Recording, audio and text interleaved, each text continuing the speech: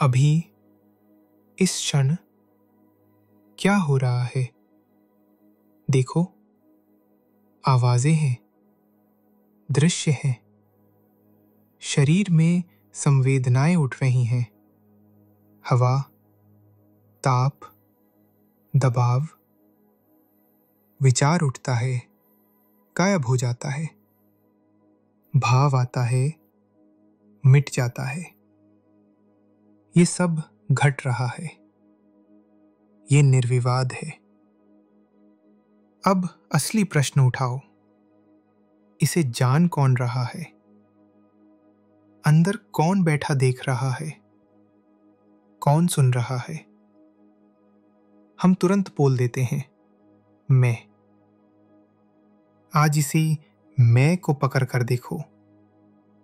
क्या वो अनुभव में मिलता है या वो सिर्फ एक कहानी है? घटना पहले होती है, दिमाग बाद में कहता है, मैंने किया। हाथ पहले हटता है, विचार बाद में बनता है, मैंने हटाया। आंख में रोशनी पहले गिरती है, छवि पहले बनती है, विचार बाद में उठता है, मैंने देखा। यानी देखना पहले, मैं बाद में। ये मैं हमेशा देर से आता है, घटना के बाद बस मोहर लगा देता है, मेरा। जानना चल रहा है, लेकिन जानने वाले का कोई प्रमाण नहीं मिलता। वो केवल विचार है। मिथ्या का अर्थ झूठ नहीं, मिथ्या का अर्थ है निर्भर। सपना चलता है, डर बिल्कुल वास्तविक लगता है, लेकिन सपना टिकता किस पर है? आप पर। आप जागे, सपना समाप्त। विचार बदलते हैं, पहचानें बदलती हैं, अहंकार भी बदलता है। जो टिक नहीं सकता वो सत्य नहीं। सत्य वो है जो बदलता नहीं। वो शांत पृष्ठभूमि जिसमें सब उठता है और गिर जाता है, वही जागरूकता है। उसे किसी मैं की जरूरत नहीं। अब प्रश्न आता है, यदि मैं नहीं तो करता कौन है? यही सबसे बड़ा भ्रम है।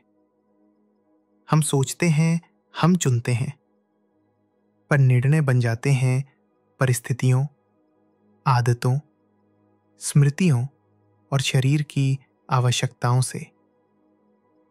कार्य पहले होता है, दिमाग बाद में दावा करता है, मैंने किया। अहंकार एक घोषणा करने वाली मशीन है। हर चीज पर ठप्पा लगाता है, मेरा गुस्सा, मेरी सफलता, मेरी हार। यही बोझ है। ये भ्रम क्यों बना? जीवित रहने के लिए। समाज बिना व्यक्ति के नहीं चलता। भूमिका चाहिए, जिम्मेदारी चाहिए, नाम चाहिए। अहंकार एक औजार है। समस्या तब शुरू होती है जब औजार को मालिक बना दिया जाता है। आपने चश्मा पहना देखने के लिए, लेकिन मान लिया कि आप ही चश्मा है। यही दुख की जड़ है। मुक्ति भागने से नहीं आती। मुक्ति आती है जब यह स्पष्ट दिख जाता है कि काम हो रहे हैं, पर करने वाला कोई नहीं मिलता।